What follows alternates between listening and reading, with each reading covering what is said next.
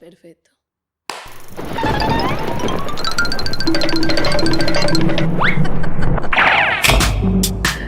Anagnórisis. This same skull, sir, was Yorick's. Metabolé. Que aquí se va a armar la gorda.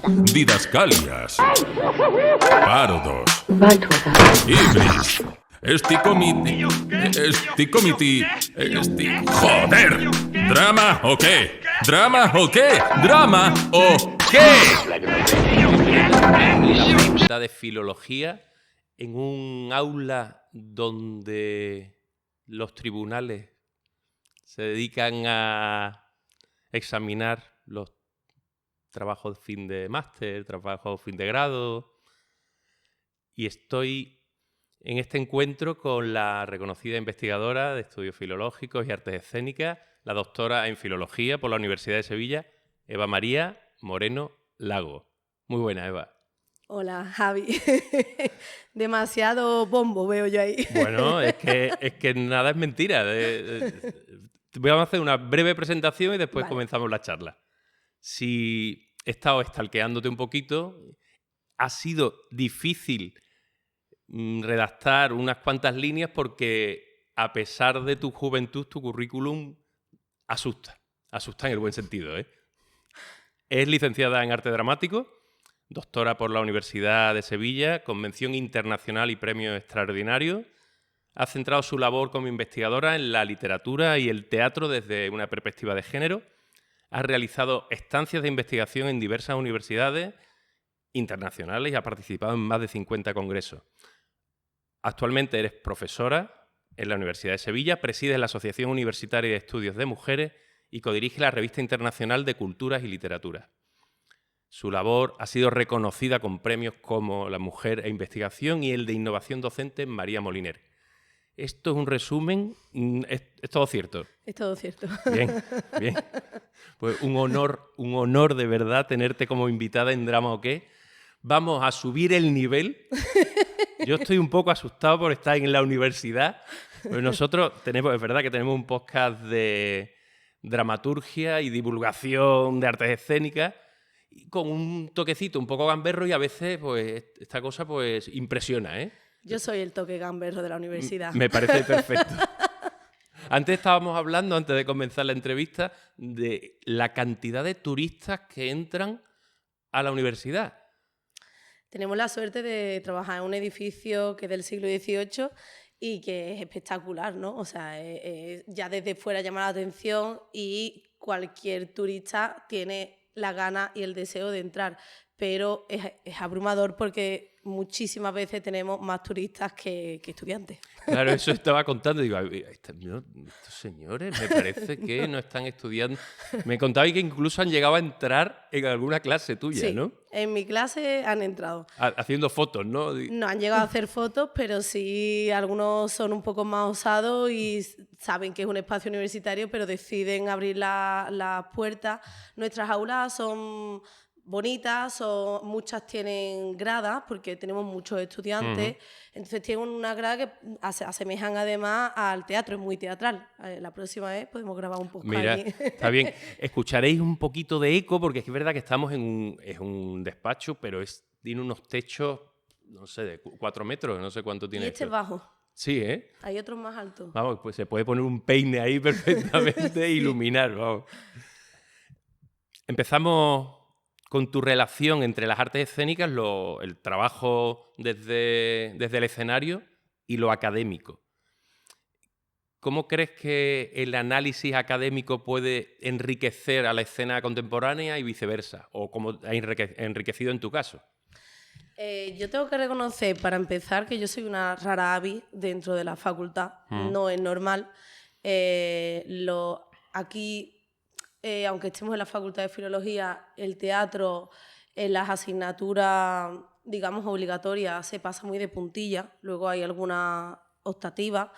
Y aunque haya optativa, la forma de abordar el teatro es muy desde lo textual. Entonces, claro, ¿por qué? Porque el teatro es muy complejo y necesitas una formación perdonar lo redundante, pero más teatral, más del hecho teatral, para poder entender bien como la dimensión, ¿no? Entonces, yo hago todo lo contrario. Normalmente el tema de teatro es al final, yo siempre lo doy al inicio, porque realmente es el género literario más complejo de entender, ¿no?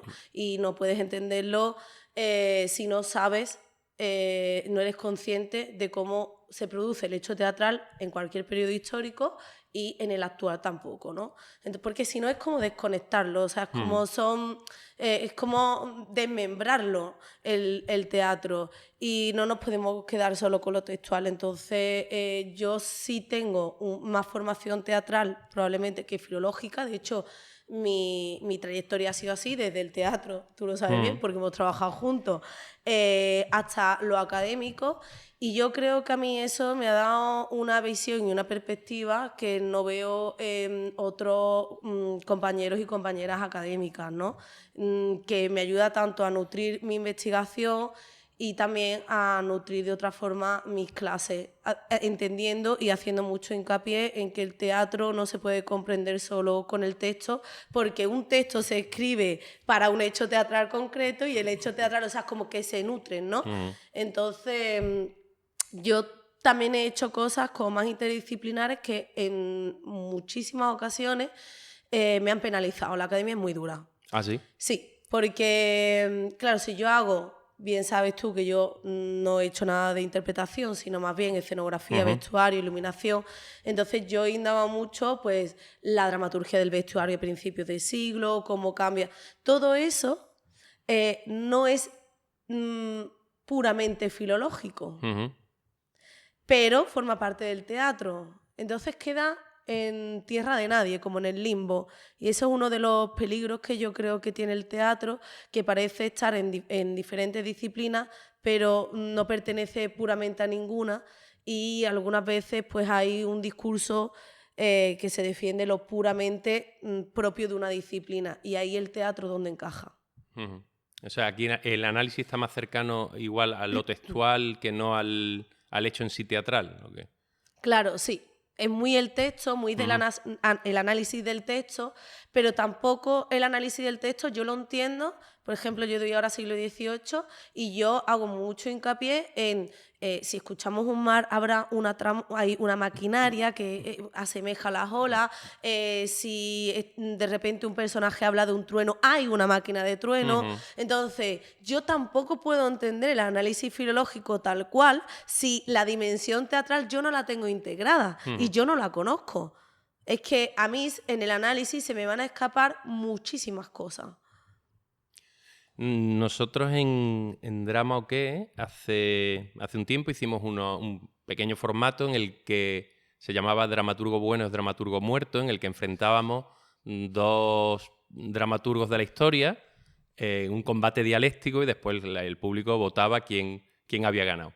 Cuando hicimos esa primera criba, utilizamos el libro de César Oliva, y cuando hicimos una primera criba creo que eran 32 autores, y nos dimos cuenta que no había ninguna autora. Metimos a Sarah Kane porque era, bueno, por una cuestión casi de afinidad personal, y claro, y no nos dimos cuenta casi hasta ese momento de decir, ¿dónde han estado las autoras? ¿Cuál es qué se puede hacer con ese hueco? Bueno, creo que esa ha sido... Yo he tenido mucha pasión por el teatro siempre, pero creo que la pasión por la investigación me ha hecho al final quedarme solo en la investigación, precisamente porque he entendido que es una cuestión de justicia social traer a nuestro presente a nuestras dramaturgas para no vernos solas, para no vernos sin referentes. Tenemos muchas ancestras que no se conocen y que tuvieron una trayectoria vital y profesional alucinante. He hablado del siglo XVIII, se conoce muchísimo la obra de Moratín, dentro del siglo XVIII será el dramaturgo predilecto, y por reivindicar también lo andaluz, nosotros tenemos, para mí, la mejor dramaturga del siglo XVIII, que es Rosa de Galvez, que en solo 5 años escribió 17 obras de teatro, me parece que nada mal, que estrenó en los mismos teatros que estrenó Moratín, es decir, en los dos grandes teatros de Madrid, que era el Teatro del Príncipe y el Teatro de la Cruz, y que incluso ganó diferentes concursos de teatro que se estaban dando, que había una junta de teatro organizada que organizaron. Y ella vivió durante esos 5 años del teatro. O sea, podríamos decir que adquirió la categoría profesional, cosa que Moratín no pudo hacer. Porque Moratín tuvo otros trabajos como de bibliotecario, estuvo de secretario de Covarrubias. O sea, él tuvo que hacer otros trabajos, incluso más administrativos. Y ella durante esos 5 años, hasta que ella murió, vivió del teatro, vivió de su escritura. Y sin embargo, no se la conoce, ¿no? A mí, bueno, lo que siempre dicen, hay siempre 2 motivos. Una, la ausencia, no es que no hay. Mentira. Esto es una falacia. Y después la calidad también, ¿no? ¿Acaso no tenemos dramaturgos malos que han estrenado? Sí, claro. Entonces, y muchas veces los conocemos. Y después el criterio de la calidad, a pesar de que podemos encontrar una serie de parámetros, también es muy subjetivo. No tenemos un medidor de la calidad. O sea, a ti te pueden parecer muy buenos los Álvarez Quintero, o te puede parecer como muy mundano, ¿no? Entonces, es una forma de castrar nuestra propia historia, de sesgarla solamente por claro, el ámbito teatral para ella les costó mucho más que otro tipo de escritura, porque estábamos hablando de lo complejo del mundo teatral. Es que también la escritura es compleja, porque para que te represente hay todo un circuito que necesita aceptarte, y si esa aceptación parte de entender que la mujer tiene una inferioridad intelectual, o sea, estamos hablando del siglo XVIII, Rousseau decía que las mujeres no podían entender de arte. Si esa idea, Rousseau, gran pensador de XVIII, se difunde por toda Europa, claro que muchas personas van a entender, no le van a dar oportunidad ni siquiera de leer esas obras, y ya cuanto menos de representarlas. Pero, y el salto de... me estás contando que existían autoras muchísimas que representaban, que tenían público, y ese salto de ausencia cuando los historiadores... he puesto este ejemplo del libro de César Oliva, que es un poco el más popular. El manual por referencia de todas las personas que nos dedicamos a las artes escénicas. Cuando se hace esa investigación, ese trabajo para escribir el libro, esos huecos son huecos que crea el historiador de forma consciente, o es que en las fuentes no están. A ver, hay una parte consciente, porque si esas mujeres, muchas, tuvieron reconocimiento, otras no. Yo pongo una diapositiva en mi clase en 18 y digo, acabo de encontrar 26 dramaturgas dentro del siglo XVIII. ¿Te parece poco? O sea, ¿te parece de no haber dramaturgas? No. O sea, la ausencia, no me podrás contar otra cosa, pero ausencia, no. Hay veces que... A ver, María Rosa Gálvez y otras tienen temas como muy puntiagudos. Ella va a tratar la violencia sexual. Ella va a ser una de las primeras mujeres, una primera dramaturga que va a escribir una obra antiesclavista, señalando, precisamente se llama Cinda, señalando que la colonialidad, ¿no? O sea, la colonización de los portugueses, los españoles, los ingleses y los franceses ha devastado a los pueblos africanos. ¡Wow! Eso es duro. Y eso no tiene que ver con la calidad, tiene que ver con lo ideológico, tiene que ver con hacer un barrido de qué temáticas vamos a permitir que se difundan y qué temáticas no. Y tiene que ver también con una forma de quitarnos de en medio, de quitar referentes, porque cuando se habla de una escritora reconocida, se la aísla. La crítica literaria tradicional las trata como unas setas. ¿Por qué? Porque así no tienen fuerza. Porque si de repente yo te digo, en el siglo XVIII había 26 dramaturgas, tú entiendes que no es un caso aislado, es todo un fenómeno dramatúrgico y que tenían una presencia y que tenían un carácter muy grande, muy fuerte, para poder dejar de lado o intentar superar los obstáculos sociales que ya por como mujeres tenían, ¿no? La carga de lo doméstico, del matrimonio, impuestos, que tanto tratan los ilustrados, etcétera, ¿no? Yo veo que hay un tratamiento de temática fuerte. Y luego creo que hay un miedo también a entender que muchas de ellas fueron, y no reconocer que fueron pioneras, precursoras, de la temática que por excelencia trata Moratín, que es el matrimonio no concertado, ¿no? 20 años antes, la condesa del Carpio escribe una obra que se llama La Haya, muy parecida. Entonces, dentro de todos los que lo escriben, pues tiene un tono precursor. Si nos leemos Safo de Rosa Galvez, 1803 o así, que lo escribe, tiene un tono súper romántico, es decir, una precursora dentro del teatro romántico de la literatura española. Entonces, no se les reconoce tampoco el papel real que tuvieron dentro de los movimientos literarios. Es tremendo porque, claro, o sea, uno que se ha formado, entre comillas, cuando te enteras de todas estas autoras que desconoces, como ¿qué es lo que ha pasado? Si me pasa a mí, que no le pasará a quien está menos formado, entre comillas, ¿no? En teatro, ¿no? Y en la actualidad, ¿cómo ves la situación? Es que es un poco complicada la pregunta, sé, pero... Es complicada. Y depende en qué ámbito lo enfoquemos. En el ámbito de la dramaturgia, ¿no? Que es un poco Pero si no, por ejemplo, nos centramos, para mí, si nosotros, mi labor como investigadora tiene que ver con, para mí, mejorar el presente. Porque si yo no tengo a esta dramaturga, la dramaturgia española está huérfana. Está huérfana. Y si no entendemos también los obstáculos que han sufrido las dramaturgas, que ya cualquier escritora ha sufrido una serie de insultos, pero las que se dedicaban al teatro eran mucho más deshonestas y deshonradas, obviamente, que pues una que escribía poemas en su casa que no se exhibía tanto a lo público. O sea, la exhibición de lo público ha sido uno de los obstáculos más grandes que han tenido las mujeres para desempeñar cualquier arte, oficio, etcétera, ¿no? Entonces, yo creo que si desde la educación vamos trayendo estos referentes, vamos entendiendo que ha habido una manipulación a la hora de contarnos y transmitirnos la historia y se ha cogido la tijera de forma arbitraria, pero queriendo, ¿no?, hacerlo así por una serie de...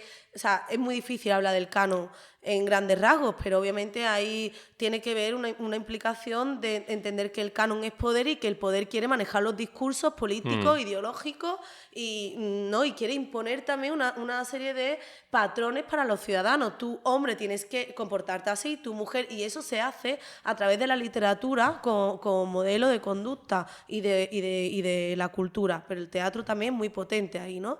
Entonces, yo viendo que todavía esto queda por hacer, entiendo que las dramaturgas de ahora y también los dramaturgos, porque creo que toda la sociedad tiene que ser consciente de los obstáculos y de los procesos para, si no se es consciente, no se puede luchar con algo, por algo que entendemos que es injusto, ¿no?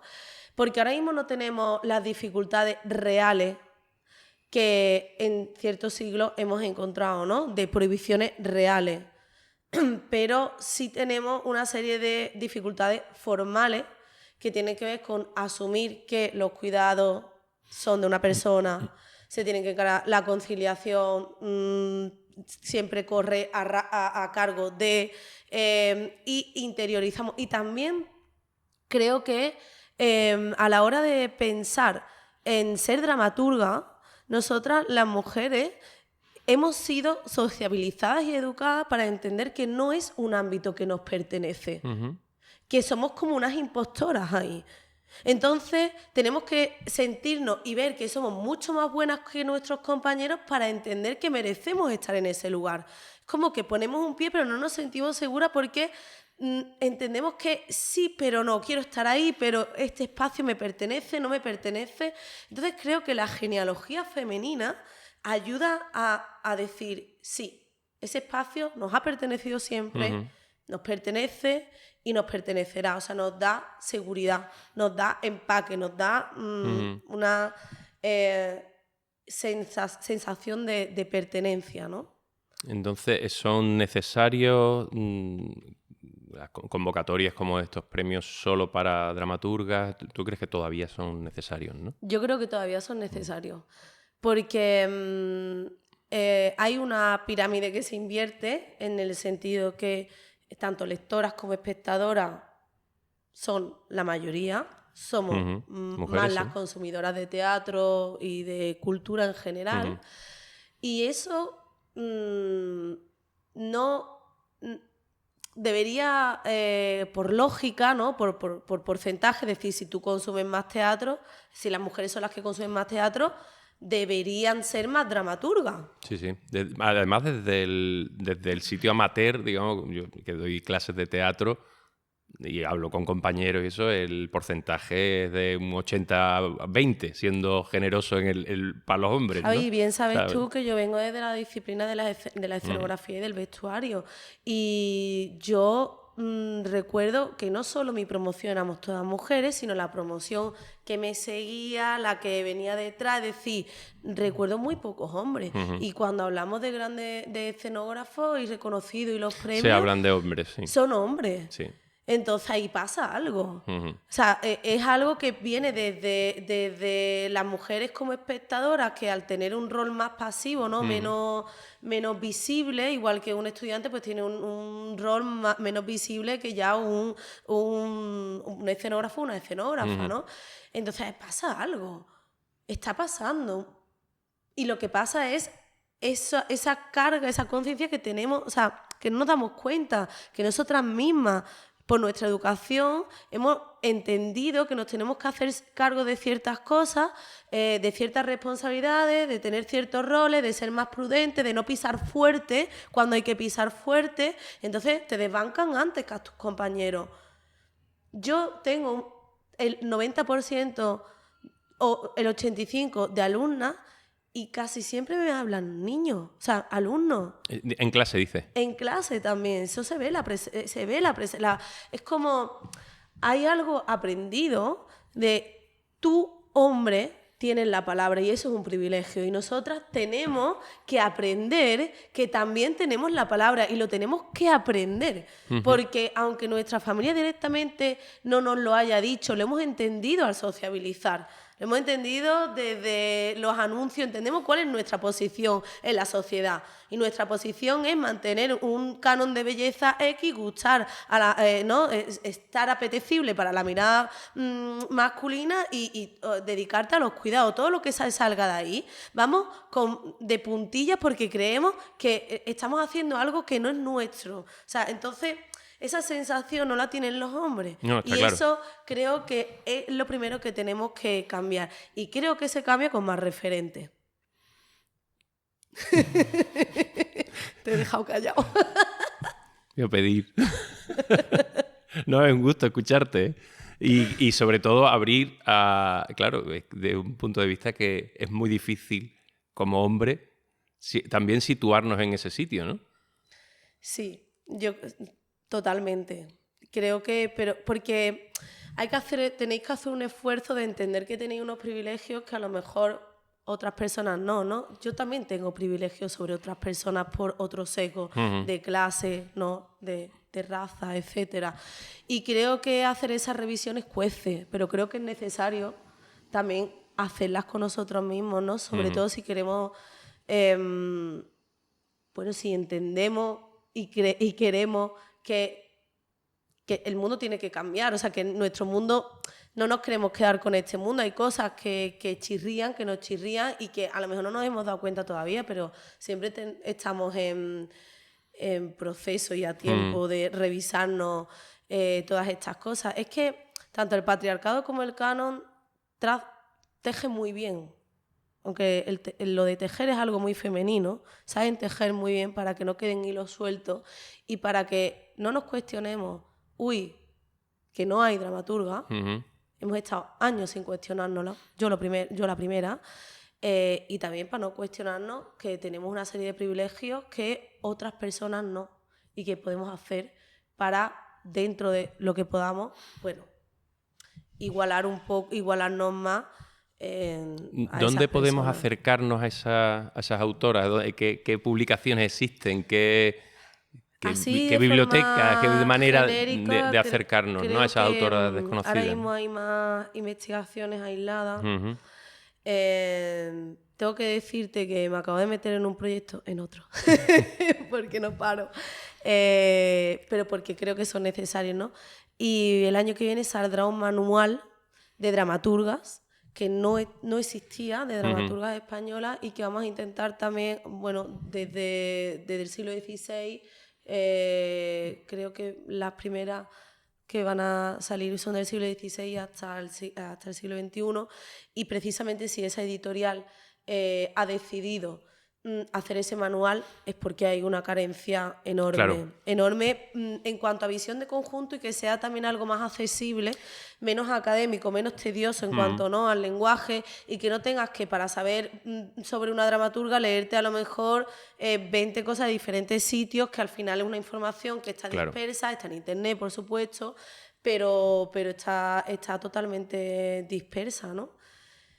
Yo creo que va a sorprender ese manual, y que tenemos otros manuales de dramaturgas que son tochos, son diccionarios como el que hizo Juan Hormigón, que hizo uno de directoras y otro de dramaturgas, pero hay una pequeña biografía de cada una, o sea, es como más un diccionario, y creo que necesitamos un manual como que nos metas también en el contexto histórico, que se vea como... Porque vale, me das una biografía... Y conocer la obra, ¿no?, que al final es lo más importante, ¿no? Pero y hacerme también, reflexionar, ¿no? porque si me das a conocer solo la biografía de una dramaturga y las obras, yo no entiendo qué obstáculos ha tenido, por qué probablemente ha podido estar fuera del canon, ser desconocida ahora, ¿no? O sea, yo, aunque he hablado mucho del siglo XVIII, yo soy especialista del siglo, de lo que ahora se llama la Edad de Plata, ¿no? Y ahí hablaremos de eso ahora si tienes tiempo. Tengo un montón de temáticas que igualmente, o sea, yo veo que las temáticas son muy valientes y que probablemente eso nos interesaba. Entonces, igual que se han desterrado, ojo, cuidado, muchos dramaturgos también por pertenecer a la clase obrera y tener otro tipo de teatro pues más popular, etcétera, etcétera, ¿no? O sea, creo que hay cosas que nos interesan, pero ya dar como modelo mujeres que son independientes, muchas de ellas. Rosa Galvez se separa del marido, lo manda a América porque la había arruinado, había cogido ella como mujer, no podía ocuparse de sus propiedades en cuanto a gestionarlas. Entonces este era un bebedor, jugador, etcétera, la arruina, y ella se separa, o sea, siglo XVIII, y decide, vale, pues como este me ha arruinado, me dedico a la escritura y vivo de ello. Esto es un modelo de mujer que no interesa a la sociedad, una que le da una pata al marido, que consigue separarse y que consigue dedicarse a la escritura y vivir de ella, y que le manda una carta al rey y diciéndole, oye, todavía no se ha vendido mi libro, pero me adelanta lo que voy a vender porque estoy segura que lo va a vender. Es que ¿no? Y ese tipo de mujeres no interesan. No me gustaría, bueno, terminar. Llevamos un ratito, pero es que tenemos que hablar de Victorina Durán, que yo creo que es una mujer. Claro. Te iba a decir, la artista que te cambió la vida, en cierta manera, ¿no? Ella. Es perteneciente a las mujeres, estas mujeres escondidas de la generación del 27, sí que es más conocida como escenógrafa y figurinista. Y tú decides hacer tu tesis doctoral sobre ella. Y durante el proceso de investigación das con el arca de la alianza casi, ¿no? Me gustaría que contaras... ¿Tres autobiografías? Encuentras ahí unos manuscritos en el Museo de Almagro. Sí, en el Museo Nacional del Teatro, que está en Almagro, que ahora ha cambiado el nombre, que se llama Museo Nacional de Artes Escénicas actualmente. Han estado haciendo reformas y ahora el 27 de marzo, el Día del Teatro, van a volver a abrir con unas instalaciones más grandes. O sea que yo también aquí invito, si alguien pasa por Almagro, que lo vean. Y que si tienen mucha curiosidad, pues que se pasen también por los archivos, ¿por qué no? Porque las archiveras siempre son maravillosas. Y eso es lo que me pasó a mí. Yo estaba allí en Almagro, pues en el festival, como todo el mundo en julio, Sí. y ya estaba estudiando el máster. Yo había ido antes. Y de repente a mí no me cuadraba, o sea, entendía que había cierto vacío, ya no solo de las mujeres que lo encontré con ella, esto fue ella me ha abierto las puertas de mi investigación. Yo hablo como si fuese un amor romántico y hablo de mi mujer, la gente se cree que estoy casada, pero obviamente no puedo estar casada porque no la he conocido ni siquiera en vida. Eso te iba a decir, y que ya no está viva, entonces sería un poco raro. Raro, rarísimo. Pero te puedo asegurar que hasta mi familia la considera parte de la familia de lo pesada que he sido yo. No es que he sido pesada, es que al final, como tú bien dices, es que me ha cambiado la vida. Entonces, yo vi que hay un salto desde que los actores tienen su baúl y los contratan por el baúl que tienen, es decir, si tú tienes pues el traje de pastor y de rey y de no sé qué, te contratamos, las actrices igual, a el figurinismo como profesión. Claro. Y que tiene que ver con la vanguardia, tiene que ver justo en este movimiento. Y no entendía en España, o sea, ahí había un vacío muy grande, cómo fue ese proceso y quién estuvo, quiénes, porque eso una persona solo no lo hace. Y entonces yo pedí un listado de figurinistas en el archivo y de ese listado pues eran más de 60 hombres. ¿Cuántas mujeres? Victorina. Las otras mujeres que había eran ya contemporáneas, eran figurinistas actuales. Pero yo me interesaba ese periodo, ¿no? Por lo que te cuento. Entonces, claro, ya eso llama la atención. O sea, como que una sola mujer ahí empieza medio a ser consciente, hace un repaso, he estudiado 4 años en arte dramático, especialización, escenografía, figurinismo, no conozco ninguna escenógrafa de esta época. O sea, ya ahí empiezas como a replantearte tu existencia, de no, pero esto, ¿qué ha pasado, no? ¿Qué ha pasado en mi formación? He tirado 4 años, no entienden, ¿no? Ves los premios, pasa lo mismo, o sea, haces esta comparación con la actualidad, premios Max, Lorca aquí, etcétera, etcétera, y pasa lo mismo. Y bueno, pues a partir de ahí yo decido que me voy a dedicar a la investigación, más o menos. Bueno, no lo decido abiertamente, conseguí un contrato en 2014, y desde entonces pues estoy aquí, nadie me ha echado, afortunadamente. Y entonces ya ahí dije, vale, me puedo dedicar a la investigación, ¿no? Tuve que irme a vivir 3 meses a Almagro de la cantidad de documentación que había de Victorina. Se donó todo, pero no se catalogó. Entonces me dejaron acceder a eso que no es normal. Vamos a parar en ese momento. A ti supongo que está en una sala. Bueno, ahí está ahí está una serie de cajas, me imagino, ¿o qué? Bueno, me las iban sacando y entonces Pues estaban sin catalogar. Sin catalogar. Todavía están sin catalogar muchas de ellas.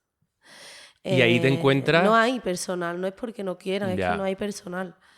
Y ahí me encuentro 7 horas de teatro. Eso es como es como encontrar el sueño de una investigación, ¿no? Otra, porque ya la familia... Obras de teatro inéditas, evidentemente. Y ahí descubro que, bueno, que ella la primera que escribe y que veo que tiene varias versiones, cambia de nombre, pues es de temática lésbica. Y obviamente hay uno de los personajes que recuerda mucho a ella y que será su alter ego, y que al final el teatro, ella sabía que no iba a poder representarlo, no se iban a poder publicar esas obras, y entiendo su dramaturgia, la de ella y la de otras mujeres aficionadas, amantes del teatro o que se dedicaban al teatro como Victorina. entiendo su escritura como una escritura de sanación. Y ella dice algo en su autobiografía. Tiene una autobiografía. Ella es una pionera, y hay que reconocerlo, y debería convertirse en el icono lésbico de España. Si tenemos a Virginia Woolf como icono, bueno, pues el de España es ella, y a mí no me cabe duda, y lo reivindicaré así hasta el día que me muera. Porque es impresionante el legado que nos ha dejado para que entendamos las experiencias de mujeres que decidieron amar a otras mujeres, ¿no? Ella tiene la única autobiografía en nuestra literatura española que solamente se centra en explicar los amores que tuvo con otras mujeres. Y en esta autobiografía ella dice una frase que yo algún día me tendré que tatuar, que es: alguna tiene que gritar si es que puede. Y yo creo que ella con su teatro gritó todo lo que pudo, sin llegar a ser un grito muy fuerte, porque no pudo representarse ni se pudo estrenar. Pero yo sé que esas obras las escribían para cuando se reunían entre ellas y las leían. Para leerlas, ¿no? Entonces tiene una obra basada en la vida de una escritora amiga suya, Salvadora Medina Rubio, donde reivindica el derecho de las madres solteras que tan denostadas y machacadas estaban por la sociedad, ¿no? Tiene otra basada en hechos reales que se llama Raptada. Ella va a Córdoba, Argentina, para grabar Bodas de Sangre, sí. La primera versión que hay en 1938. Y ahí ocurre se secuestra a una niña, y la niña acaba muerta, desangrada por un desgarro vaginal. Ella va a dramatizar esa historia y va a denunciar toda una red de corrupción que hay para secuestrar niñas, y que un señorito, niñas adolescentes, la más grande tenía 14 años, y que un señorito se beneficiara. Ese señorito sale impune si seguimos el juicio, porque claro, hay una protección a las personas con cierto poder adquisitivo, político, etcétera. Y ella en su obra obviamente lo enjuicia, y no acaba siendo acaba siendo culpabilizado, ¿no? Una forma de tomarse la justicia por su mano a través también de la escritura, ¿no? Una forma de necesitamos un mundo más justo, un mundo que realmente proteja esta vulnerabilidad de las mujeres, y ella continuamente va a denunciar eso. La última obra que he encontrado, que es una versión cinematográfica más bien, pues ella habla de las mujeres de clase social baja, que no pueden tener trabajos, porque la mujer que trabaja también se considera una mujer que no es digna, una familia que tiene dificultades económicas, es decir, que un marido no puede sostener toda la familia. Y que su mujer tiene que salir a trabajar, eso es poco digno, ¿no? Entonces muchas de estas mujeres tenían que cantar y bailar en estos cafés cantantes, y ella denuncia cómo ese trabajo, que para ella era la única forma de tener un sustento económico necesario, tienen que sufrir una serie de violencias, ¿no? Y de explotación, porque también están muy mal pagadas, y de abusos. Entonces también como ellas son conscientes, miran más allá de donde miran otras dramaturgias. Temáticas muy duras, ¿no? Las de Vitorina. Por suerte tenemos la posibilidad de fácil acceso a estas obras, porque se editaron, ¿no? Se editaron en la editorial Torremoza. Se llama Victorina Durán a Teatro Descubierto. Le puse ese título precisamente, ¿no? Por lo que hemos contado, estas obras. Yo no me acerqué a Victorina como dramaturga, y salió esa parte de escritora como dramaturga. Tenemos poemas todavía también de temática lésbica, y bueno, diré ya por hacer un poco que dentro de poco voy a entregar la biografía. Me está costando mucho, porque de verdad tengo una vida fascinante. ¿Con la misma editorial trabajarás? No, la biografía la va a editar, la va a publicar Renacimiento. Y se va a llamar Victorina Durán, una vida llamada teatro. Y es o sea, he tenido que pegar muchos cortes en su vida. Me voy a centrar pues en lo que en su vida teatral también, obviamente, porque su vida, pues como todas las personas que nos gusta el teatro, al final la vida personal y profesional pues están vinculadas. Muchas de sus amantes fueron actrices, etcétera, etcétera, pues lo normal. Entonces sí lo voy a vincular, pero voy a hablar de la parte menos académica, por supuesto, porque la parte más académica pues tengo artículos y tengo otras cosas. Lo más personal, ¿no? Entonces. Más personal, pero también, sí, de relaciones, tertulias en los teatros, amantes, porque obviamente la quiero reivindicar como el icono lésbico que es. Porque su autobiografía se escribió pensando en ser publicada, ¿o era un trabajo más casi de diario personal o...? Pues es fragmentaria, es decir, tiene partes de diarios, por ejemplo, pues toda la parte con Margarita Xirgu, gran actriz, y que ella... Un mito. Un mito, y que ella trabaja con Margarita Xirgu, no llegó a consumar su amor, pero hubo ahí una relación de varios años con una tensión sexoafectiva muy curiosa. Pero también nos muestra cómo, Margarita Xirgu no quería que su imagen se dañara. Vale. Entonces no quería caer, y digo caer porque muchas veces ella lo dice también, ¿no? O sea, no En quiero la caer tentación, ¿no? porque si no sé que no voy a salir de ella, ¿no? Pero no solo filtreo con Victorina Durán, sino también con otras actrices de su compañía, y Victorina nos muestra esa parte, ¿no? Menos conocida.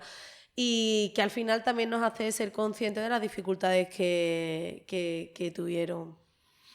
Pues podríamos estar aquí hablando, pero te invito a que cuando salga esa biografía nos pongamos de nuevo en contacto y hablemos de ella.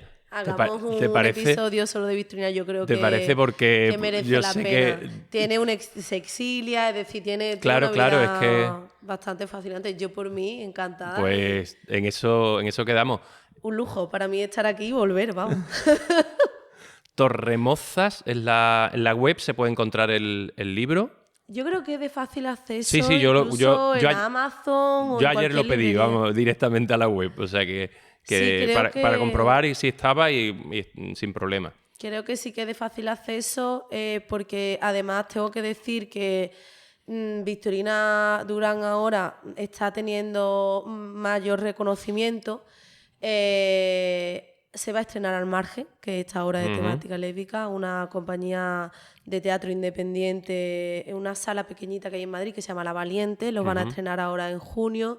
Y tengo que decir también que le han aceptado, o sea, en Cáceres hay unos concursos, una beca de residencia que dan también a compañías, y la que lo va a dirigir es una dramaturga que se llama Laura Eristone, y también está previsto su estreno como en marzo de 2026. O sea, y me han pedido el texto otras compañías más grandes que no lo voy a decir. Bueno, o sea, creo bien. que ahora está habiendo movimiento, Sí. y por eso también es de fácil acceso He visto el libro. cuando estaba mirando para preparar la entrevista que Eva Ibernia tiene una obra sobre, o inspirada, ¿no? en la vida de Victorina, y la ¿no? puso en escena en Barcelona. No me acuerdo, que el año pasado me parece, yo no la pude ver, no, porque solamente la han estrenado en Barcelona, pero no es ninguna obra de Victorina, sino que Sí. ella hizo una pequeña obra Sí, sobre la basándose- vida, ¿no? Sí, yo he podido leer lo poquito que hay en contexto teatral, que hay unas cuantas páginas, creo que son las primeras 8 o 10 páginas del texto, y sí, Bueno, es que, mira, más páginas han quedado aquí, se ha quedado un montón de cosas. No sé, si es que me quedo aquí hipnotizado escuchándote. Eva, de verdad, muchísimas gracias. Muchísimas Quedamos gracias emplazados a ti, para esa biografía cuando salga, danos un toque y buscamos la manera de... Y que sepas que para mí es un lujo estar aquí Bueno. en este podcast, que otra vez soy una rara avis, porque normalmente por aquí pasan gente que se dedican actualmente al teatro. Yo he tenido que dejarlo por incompatibilidad, y grandes dramaturgos, grandes escritoras, las he visto, te he escuchado, entonces me siento otra vez como en tierra de nadie, Bueno, pero pues, muy... poniendo luz sobre dramaturgas de la historia, que no es poco, y dándonos... Es un podcast para ir apuntando nombres, y has dado como unos muy poquitos, o sea que, Muy poquito. que puedes estar, pues no sé, es que cualquier cosa que pase, llámanos que venimos. Muchas gracias. Muchas gracias, Javi.